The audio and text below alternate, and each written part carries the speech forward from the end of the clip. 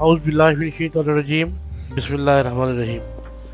प्यारे बच्चों, 8th class की ज्योग्राफी यूनिट नंबर 6 और यूनिट का नाम है एनर्जी रिसोर्सेज।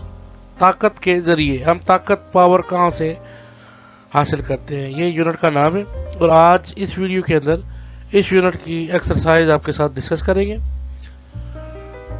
इस एक्सरसाइज में इसके ऑब्जेक्टिव्स, जिसे हम मारूजी कहते हैं, short questions, fill in the blanks, multiple choice, brief questions और डिटेल क्वेश्चन इसके साथ आपके साथ डिस्कस करेंगे। तो without wasting our precious time बढ़ते हैं स्लाइड्स की तरफ।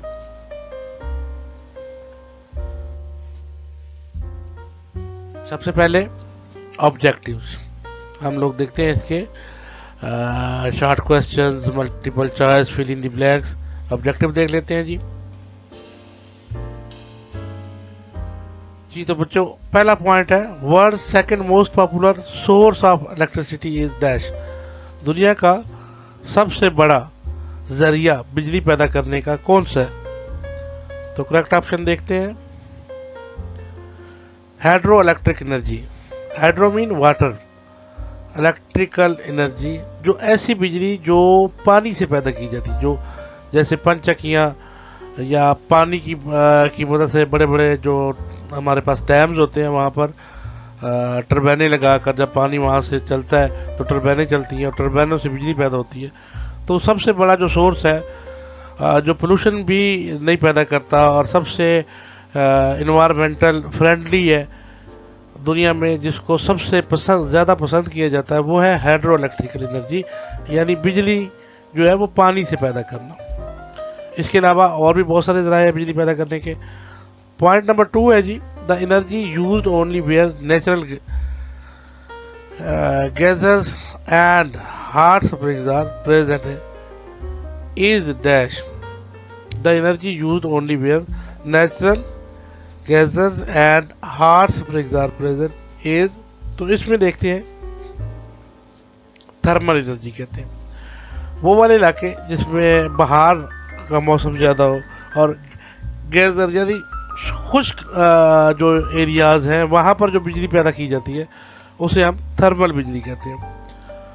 थर्मल का मतलब होता है वो वाली बिजली जो हीट से पैदा की जाती है। अब हीट में कौन कौन से रिसोर्सेज आते हैं प्यारे बच्चों? जैसे कोयला है, कोयले को जलाकर एनर्जी पैदा की जाती है और जहाँ से उसका वो धुआं ऊपर निकलता है, ऊपर बड़ी बड़ी मोटरें लगा दी जाती हैं। वो जब मोटर्स चलती हैं, टर्बाइन्स चलती हैं, तो बिजली पैदा होती है। और इस किस्म की जो बिजली होती है इसे हम क्या कहते हैं? थर्मल। लेकिन अब दुनिया के अंदर जो नया ट्रेंड चल रहा है उसमें हमने फिज़ा को पोल्यूट होने से बचाना है, आलूदगी से बचाना है। तो क्योंकि इसमें कोयला जलता है और बहुत ज़्यादा धुआं फिज़ा में जाता है, जिससे हमारा फिज़ा का जो निज़ाम है वो ख़राब हो रहा है। सर्दियाँ शदीद तर और गर्मियाँ उससे भी शदीद तर होती जा रही हैं और मौसम में तब्दीली आ रही है। तो ये एक अच्छा ज़रिया नहीं है, अब दुनिया में इसको रोका जा रहा है। लेकिन दूसरे नंबर पर ये बड़ा ज़रिया है बिजली कोयले से पैदा करना। जो पहले शुरू में जैसे बड़े बड़े जो इंजन थे और बड़ी बड़ी जो फैक्ट्रीज थी, वहाँ पर ये कोयला ही इस्तेमाल होता था। जैसे रेलवे के जो इंजन थे वहाँ पर भी कोयला इस्तेमाल किया जाता था। तो तीसरा पॉइंट प्यारे बच्चों डिस्कस करते हैं जी, military craft used dash energy for propulsions. Military वाले जो क्राफ्ट हैं, मिलिट्री क्राफ्ट मतलब जो फौजियों के पास जहाज होते हैं, क्राफ्ट, एयरक्राफ्ट, यहाँ पर उन्होंने सिर्फ क्राफ्ट लिख दिया है। तो उनमें जो एनर्जी पैदा होती है वो कौन सा फ्यूल यूज करते हैं? Nuclear power. क्योंकि ये जो जितने भी हमारे पास एयरक्राफ्ट होते हैं ये बहुत ज़्यादा स्पीड के साथ चलते हैं और इनमें जो एनर्जी चाहिए होती है वो बहुत ज़्यादा होती है। हम आम तौर पर जो आम पेट्रोल, डीजल और मिट्टी का तेल इस्तेमाल करते हैं, इनके जलाने से बहुत कम एनर्जी पैदा होती है। जो न्यूक्लियर पावर होती है ये सबसे ज़्यादा पावरफुल होती है। तो आप देखते हैं कि एक सेकंड में हज़ारों किलोमीटर का फासला जो जंगी जहाज होते हैं वो तय करते हैं। इनकी स्पीड यानी कि पलक झपकने में ये कई मील फासला तय कर जाते हैं। तो इसमें जो फ्यूल इस्तेमाल किया जाता है, जो इससे एनर्जी पैदा की जाती है, उसे हम क्या कहते हैं, न्यूक्लियर पावर। जी प्यारे बच्चों, आपको इस पॉइंट की समझ आ गई। अच्छा, नेक्स्ट है जी 4 नंबर पे, wind mill are use to generate dash. ये भी दुनिया का सबसे सस्ता तरीन जरिया बिजली पैदा करने का, विंड मिल्स। विंड, अब वो इलाके जो समंदरों के साथ होते हैं, वहाँ पर बड़े बड़े पर लगा दिए जाते हैं, बड़े बड़े मीनार बनाकर बड़े बड़े पर लगे होते हैं। और जब मानसून की या बहार की या मुसलसल हवाएं चलती हैं, तो वो उन हवाओं के चलने से वो बड़े बड़े पर घूमते हैं और उनके पीछे मोटरें लगी होती हैं, टरबाइन्स लगी होती हैं, वो घूमती हैं और इससे बिजली पैदा की जाती है। और ये भी इन्वायरमेंटल फ्रेंडली है और इसको बहुत ज़्यादा दुनिया में इस पे जोर दिया जा रहा है कि अब आप बिजली जो है वो इस किस्म की पैदा करें। तो wind mills are use to generate कौन सी, इलेक्ट्रिसिटी, बिजली पैदा करने के लिए इस्तेमाल होता है। प्यारे बच्चों को यहाँ तक समझ आ गई, चलिए आगे बढ़ते हैं। Choose the correct option, which fuel is use running the vehicle. आम गाड़ियों को दौड़ाने के लिए, चलाने के लिए कौन सा तेल इस्तेमाल होता है, ऑयल, पेट्रोल, वुड या कोल। एक आम तेल होता है जो हम सब्जियों से और फलों से निकालते हैं, एक पेट्रोल है, एक वुड है जो मुख्तलिफ किस्म की लकड़ियों से हासिल किया जाता है, और एक चारकोल या कोल जो कोयले से पैदा किया जाता है। तो इसका करेक्ट ऑप्शन क्या होगा, पेट्रोल। आम गाड़ियों में हम पेट्रोल इस्तेमाल करते हैं। सीएनजी भी इस्तेमाल होती है, कई जगहों पर बिजली के भी आजकल गाड़ियाँ आ चुकी हैं जो बिजली पे चलती हैं। तो इससे पहले जो थे वो डीजल पे चलती थी। तो मुख्तलिफ किस्म के वक्त के साथ साथ टेक्नोलॉजी में तब्दीलियाँ आती रहती हैं। Point number 2, one of the exhaustible natural resource is nature is air, gas, petroleum, nuclear power. Exhaustible air, हवा के, one of the in exhaustible natural resource in nature is, हवा के जरिए से बिजली पैदा करनी है। Which of the following is renewable resource, जिसको हम दोबारा से इस्तेमाल कर सकते हैं, उसे हम रिन्यूएबल कहते हैं। कोयल, ऑयल, गैस, वाटर। कोयले को, तेल को, गैस को या पानी को दोबारा इस्तेमाल कर सकते हैं। तो देखते हैं करेक्ट ऑप्शन, पानी को। जी, पानी को हम कई बार कई डैमों से गुजार कर बिजली पैदा कर सकते हैं और ये रिन्यूएबल रिसोर्स है। Which fossil fuel is known as black gold? कौन सा ईंधन है, फॉसल फ्यूल, जो पावर जिसको जलाकर पावर हासिल की जाती है, fossil fuel, is known as black gold, जिसे हम ब्लैक गोल्ड कहते हैं, काला सोना कहते हैं। कोयले को, पेट्रोलियम को, नेचुरल गैस को या न्यूक्लियर एनर्जी को। तो correct option is petroleum. Petrol को हम काला सोना कहते हैं क्योंकि इससे बहुत ज़्यादा एनर्जी पैदा की जाती है। बच्चों को समझ आ गई। ब्रीफ क्वेश्चंस की तरफ चलते हैं प्यारे बच्चों। ब्रीफ क्वेश्चन का मतलब है कि इन सवालों के जवाब आपने 5 से 6 लाइनों में लिखने होते हैं और अपना कंसेप्ट बयान करना होता है इनके बारे में। Define the natural resources. पहला सवाल है कुदरती ज़राए कौन कौन से हैं, ये इसको आपने डिफाइन करना है। Life is possible on earth, जिंदगी इस जमीन पर इस वजह से है, ड्यू टू लाइट, रोशनी की वजह से, एनर्जी, ताकत की वजह से, एंड प्रेजेंस ऑफ रिसोर्सेज, और बहुत सारे जरिए जो इस कायनात में मौजूद है, इस वजह से जिंदगी यहाँ मौजूद है। अवेलेबल इन नेचर, इस कुदरत में मौजूद है। These resources are called natural resources, और जो कुदरत की तरफ से रिसोर्सेज पाए जाते हैं इन्हें हम नेचुरल रिसोर्सेज कहते हैं। What is natural? Natural mean कुदरत की तरफ से।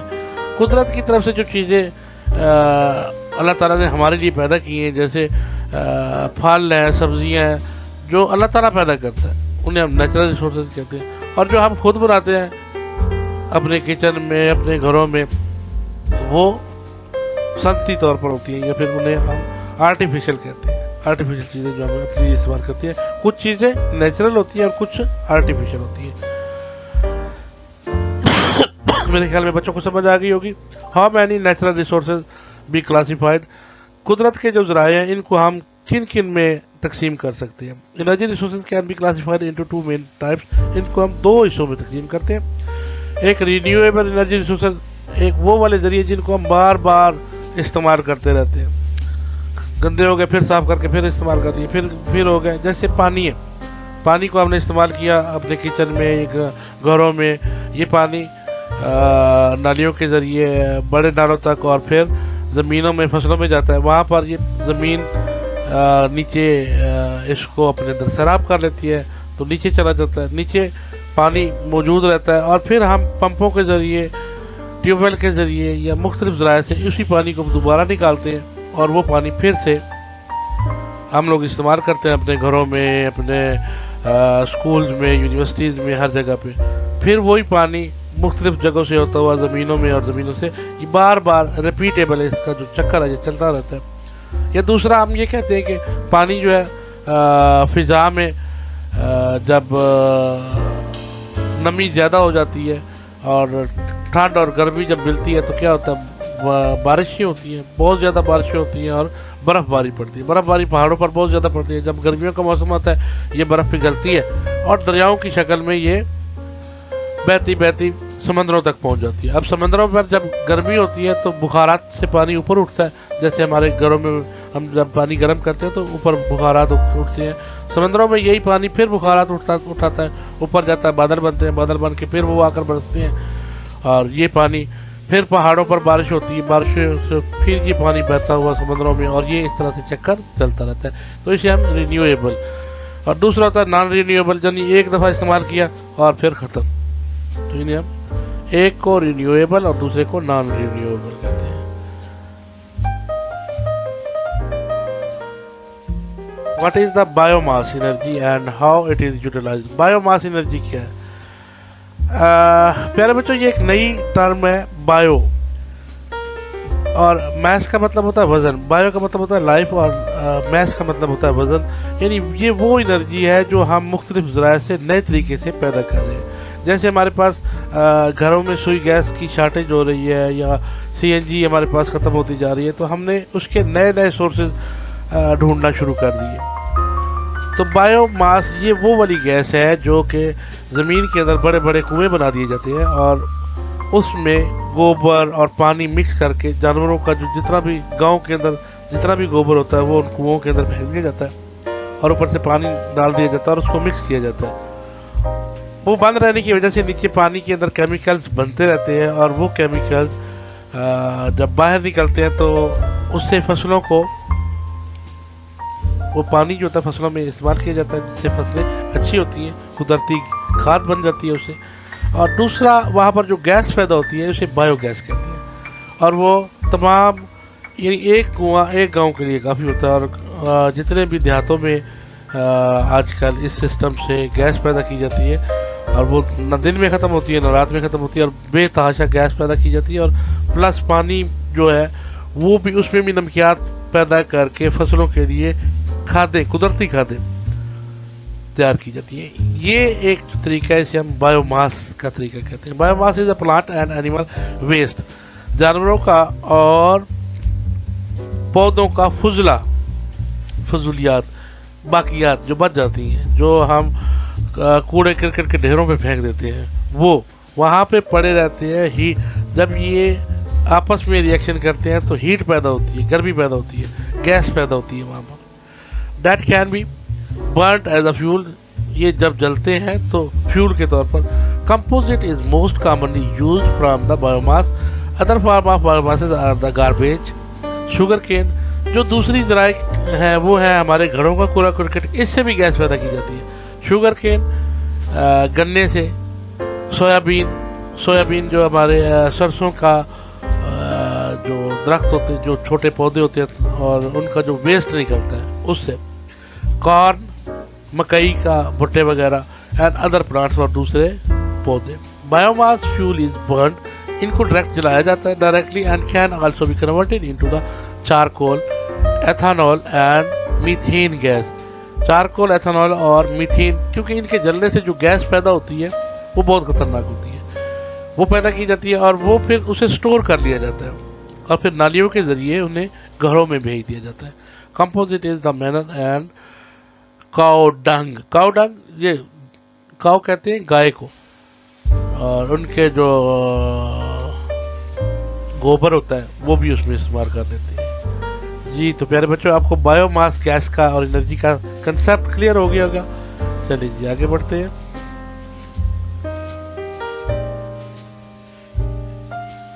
हाउ डू यू जी, क्वेश्चन नंबर 4 है जी, how do we manage natural resources, write any 3 steps. कि कुदरती ज़राए जो है हम इसको किस तरह से तरतीब देते हैं, 3 स्टेप्स लिखने हैं। We can conserve natural resources by taking suitable steps our homes, schools, offices and in our factories, transportation and agriculture. हम मुख्तलिफ जगहों पर मुख्तलिफ काम कर सकते हैं इन रिसोर्सेज को बचाने के लिए, जैसे हम अपने घरों में, स्कूलों में, दफातर में, फैक्ट्रियों में, और ट्रांसपोर्टेशन यानी कि जिन चीज़ों के ज़रिए हम आते हैं, बसों में, कारों में, गाड़ियों में, उनको कम से कम इस्तेमाल करके फ्यूल को बचा सकते हैं। एग्रीकल्चर और काश्तकारी में भी। Number 1, environmental education must be included in the करिकुला of the schools and colleges. School और कॉलेजेस के करिकुलम में एनवायरमेंटल एजुकेशन को शामिल करना चाहिए। Follow the 3 Rs, reducing, reusing, recycling of the renewable resources. Renewable resources को दोबारा इस्तेमाल करने के लिए, रिसाइकल करने के लिए, और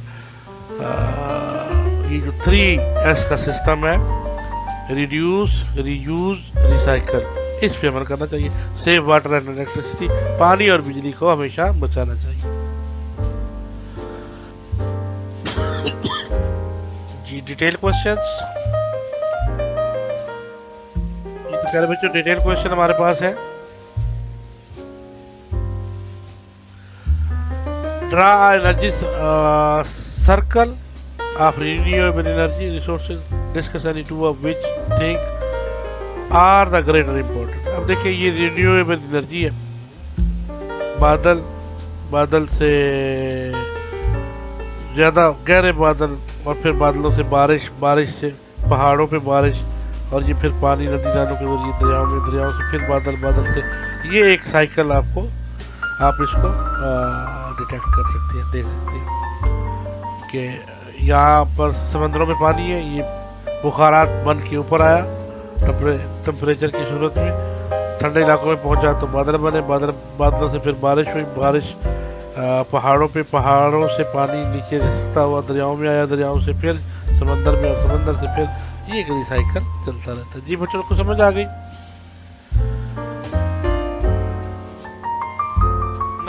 Nature has blessed us with abundant supply of some natural resources such as air, water, and sunlight. These resources are eliminated and ever available. They can be replaced or recovered quickly after they are used.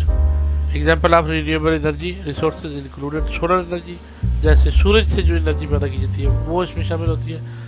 Wind, हवाओं से पैदा की जाती है। जो geothermal energy और biomass energy को हम रिन्यूएबल एनर्जी के तौर पर इस्तेमाल कर सकते हैं। प्यारे बच्चों को समझ आ गई। दूसरी है हाइड्रो इलेक्ट्रिक एनर्जी, पानी के जरिए जो बिजली पैदा की जाती है और एनर्जी होती है उसे हम हाइड्रो इलेक्ट्रिक एनर्जी कहते हैं। The world second most popular source of electricity, दुनिया का दूसरा बड़ा एनर्जी का जरिया, बिजली का जरिया हाइड्रो इलेक्ट्रिक एनर्जी है जी। आफ्टर द कोयले के बाद is hydro electric power sector है, पानी के दैट जनरेट इलेक्ट्रिसिटी, जो कि पानी पैदा करते हैं, जो कि बिजली पैदा करते हैं from the rapid flow of water, तेज पानी के बहाव से। Usually large hydro power system uses dams to store river, बड़े बड़े डैम बनाए जाते हैं, पानी स्टोर किया जाता है। पानी को वहां से जब गिराया जाता है, तेज स्पीड में पानी जब बहता है तो मोटरें लगी होती हैं, पर लगे होते हैं, वो चलते हैं और इससे एनर्जी पैदा होती है। Flow through the turbine spinning it which in turn activate the generator to produce electricity. Many developing countries depend on hydroelectric power. बहुत सारे ममालिक इसी एनर्जी पे इंहिसार करते हैं.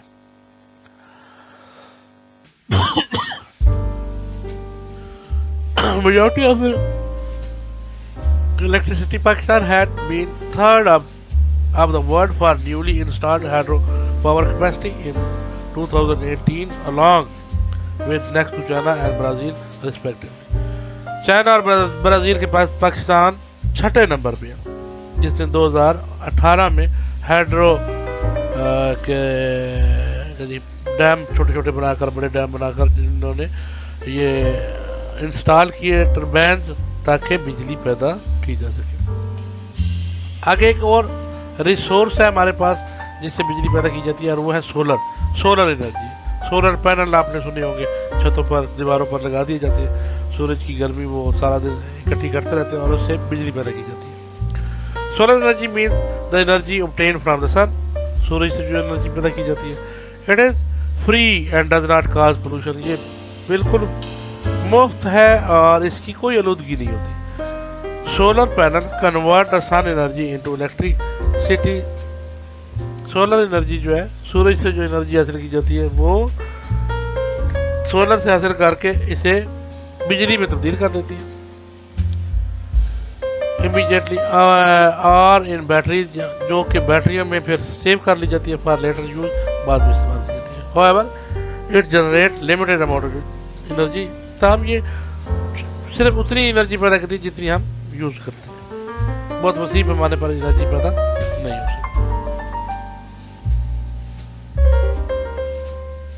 Analyze and evaluate the impact of non-renewable resources on the human and environment. Non-renewable मतलब जो जिनको दोबारा इस्तेमाल में नहीं लाया जा सकता, इनके असरात इंसानी जिंदगी पर क्या चीज़ होती है. Human activities transforming the global environment into many ways. इंसानी सरगर्मियाँ दुनिया के माहौल को कई तरह से तब्दील कर रही है. Number 1, change like burning of fossil fuel. कोयले के जलने से जैसे और फ्यूल्स के जलने से जो एनर्जी पैदा होती है. डिफॉरेस्टेशन, बहुत ज़्यादा जंगलात जो है वो काटे जा रहे हैं. जब दरख्त ही नहीं रहेंगे तो फिर हवा में नमी कैसे आएगी, और नमी नहीं होगी तो गर्मियाँ, बहुत शदीद गर्मियाँ हो जाएंगी और बारिशें नहीं होंगी, सर्दियाँ और बढ़ जाएंगी, यानी मौसमों में तब्दीलियाँ आ जाएंगी. ओवर पॉपुलेशन, ज़्यादा आबादी and large settlement have triggered climatic change. और शहरों में बहुत ज़्यादा आबादी की वजह से ट्रिगर्ड क्लाइमेटिक चेंज, जिससे फिजा की तब्दीलियाँ हो गई हैं. सॉइल एरोजन, ज़मीनी कटाव, पोल्यूशन, आलूदगी एंड इकोलॉजिकल डिस्टर्बेंस, और माहौल में तगय्युरात की जो डिस्टर्बेंस होती रहती है, तो इससे नॉन रिन्यूएबल रिसोर्सेज जो है वो बहुत मुतासर हुए. Composition of natural resources specially fossil fuels has increased rapidly due to industrialization and high standard of living. Fossil fuels और इनका ज़्यादातर इस्तेमाल बहुत वसी पैमाने पर और सनती पैमानों पर होना शुरू हो गया, क्योंकि ज़िंदगी का जो मेयार है रहने का वो पहले की निस्बत हम बहुत उसमें तरक्की कर चुके हैं. यानी पहले हम अंधेरों में भी गुजारा कर लेते थे, एक दिया जलाकर भी कर लेते थे अपना गुजारा, लेकिन अब घरों में बेतहाशा बिजली की चीज़ें और बहुत सारी अप्लायंसेस चलाने के लिए, मोटर चलाने के लिए, फ्रिज चलाने के लिए घरों में बिजली की ज़रूरत है. पहले के दौर में आपको बिजली थी नहीं तो किसी चीज़ की ज़रूरत नहीं होती थी, यानी एक लाइट भी है वो भी आप दिए से जला सकते थे. इसी तरह से और बहुत सारा जो स्टैंडर्ड ऑफ लाइफ है वो जब इंक्रीज़ हुआ है तो हमने बहुत ज़्यादा रिसोर्सेज को सनती पैमानों पर इस्तेमाल करना शुरू कर दिया और वो रिसोर्सेज हमारे कम होते जा रहे हैं. Careless and expensive use of natural resources, बेएहतियाती, जैसे बिजली की एक लाइट से गुजारा हो सकता तो हमने 6 से जलाई होती है. लापरवाही से दिन में भी स्ट्रीट लाइट जलती रहती है. तो ये जो लापरवाही है इस वजह से हमारे रिसोर्सेज ज़ाया हो रहे हैं and damage landscape and natural flora and फाना. और फ्लोरा और फाना फ्लोरा पौधों से रिलेटेड होता है और फाना जानवरों से रिलेटेड होता है। इनकी खुराक, इनकी रिहाइश और इनकी जिंदगी जो है वो कम होती जा रही है फाना और फ्लोरा की। फाना मतलब यहाँ पर फ्लोरा मतलब पौधे और फाना मतलब जानवर और पौधे आज से 10 साल पहले जो जिस तरह से वो बढ़ रहे थे, आज वो पोजीशन में नहीं है। We need to adopt comprehensive strategies. आज हमें कुछ पढ़े लिखे वाली तरीके अपनाने होंगे, कुछ अहम तरीके अपनाने होंगे इन तमाम ज़रायों को बचाने के लिए। Plans to maintain the balance, ताकि हम बैलेंस रख सकें। Resources use and conversation, only then we can protect the natural. सिर्फ यही एक वजह है कि हम अपने कुदरती ज़राए हैं वो भी, और जो सनती ज़राए हैं जो हम खुद से पैदा कर रहे हैं, उन दोनों से बचा सकते, इन ज़रायों को, इन एनर्जी के ज़रायों को बचा सकते हैं जी। तो बच्चों आपको समझ आ गई, करते हैं जी नेक्स्ट क्वेश्चन की तरफ।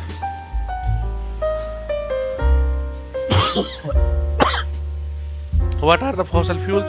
Discuss the importance of any two fossil fuel. Fossil fuel जलने फ्यूल ईंधन को कहते हैं, और वो ईंधन जैसे लकड़ी है, लकड़ी भी फॉसल के तौर पर हम घरों में जलाने के तौर पर इस्तेमाल करते हैं। पेट्रोल है, गाड़ियों में हम फ्यूल के तौर पर इसे भी फ्यूल कहते हैं। एरोप्लेन में जैसे जो फ्यूल है वो भी तो फॉसल फ्यूल वो जो के पौधों से और जानवरों की बाकियात से हम हासिल करते हैं, उसे हम फॉसल फ्यूल कहते हैं। जैसे बहुत सारे एक जंगल है और ज़लज़ले की वजह से वो जंगल नीचे दब गया है, 100 साल तक वो नीचे रहा है, और वो हीट की वजह से वो तमाम लकड़ी जो है कोयले में तब्दील हो गई है, और वहाँ पर जो पानी बना है वो गैस की शक्ल में ऊपर आ गया। तो ये हमारे पास गैस, जो नेचुरल गैस वहाँ से निकली है, उसे हम फॉसल फ्यूल के तौर पर, पेट्रोलियम यहीं से निकलते हैं, नेचुरल गैस भी यहीं से निकलती है, और कोयला भी यहीं से निकलता है। ये जब ज़लज़ले आते हैं और जंगलात ज़मीन के नीचे चले जाते हैं और ऊपर मिट्टी आ जाती है, और फिर वो लकड़ी चेंज हो जाती है कोयले में, दबाव की वजह से और गर्मी की वजह से। क्योंकि नीचे जो ज़मीन के नीचे वाला जो माहौल है वो गर्म होता है, और जब ये लकड़ी पौधे जब नीचे चले जाते हैं, वो गर्मी में रहते हैं, तो क्या हो जाती है, वो कोयला बना देते हैं, इतनी गर्मी होती है। Petroleum, natural gas and local and coal are known as fossil fuel. Fossil fuel is the residue of plants and animal. ये बाकियात होती हैं जानवरों की और प्लांट्स एंड एनिमल और जानवरों की, दैट आर बरीड, जो कि दफन है मिलियंस ऑफ ईयर अगो, हजारों मिलियन साल पहले ज़मीन पर थे, और अब ये ज़मीन में दफन है, और उनकी बाकियात से हम लोग क्या क्या चीज़ें हासिल कर रहे हैं, पेट्रोलियम, नेचुरल गैस और कोल। कोल क्या है? Coal is the most important and abundantly available energy resource.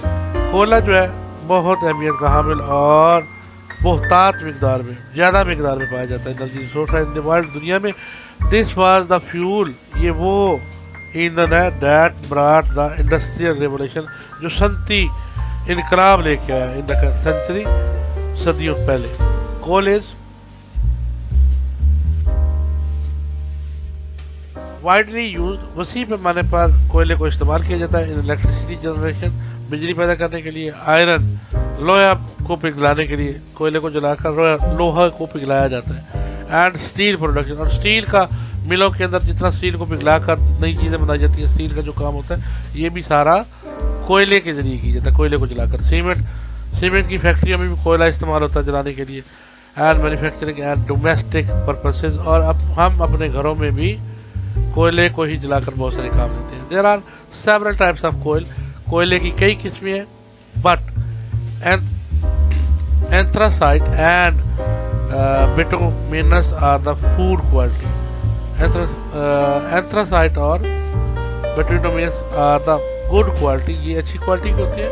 Anthracite is used in iron and factories, लोहे और फैक्ट्रियों में, बड़ी मिलों में इस्तेमाल किया जाता है मेटल, बड़ी बड़ी धातुओं को पिघलाने के लिए। And bituminous is used for making road, ये जो दूसरा चारकोल होता है सड़कें बनाने के लिए, जो वहाँ पर जो चारकोल है उसको पिघलाने के लिए जो ईंधन इस्तेमाल, कोयला इस्तेमाल करते हैं, जिसे हम लुक कहते हैं, क्या कहते हैं।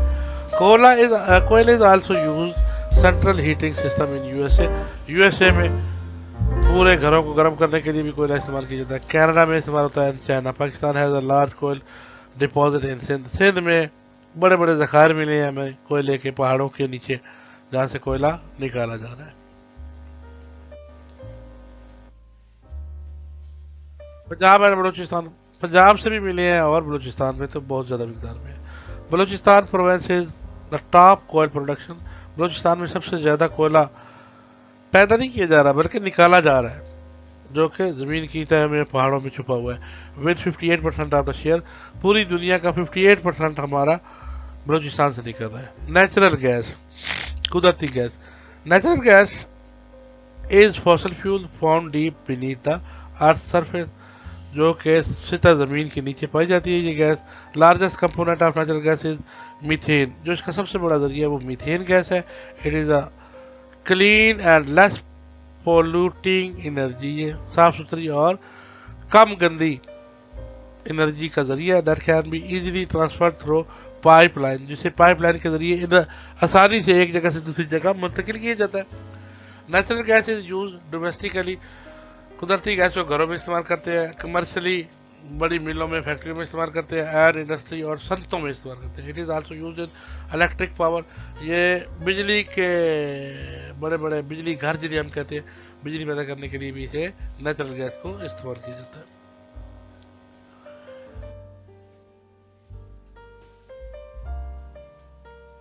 स्टेशन एंड जनरेट हीट, यहाँ पर हीट पैदा की जाती है to turn water into the steam, जिसमें पानी को बुखारात में, स्टीम में तब्दील कर दिया जाता है। As it turn into steam turbine, और फिर इस स्टीम के जरिए टरबाइन को चलाया जाता है एंड प्रोड्यूस जनरेट इलेक्ट्रिसिटी, और बिजली पैदा की जाती है।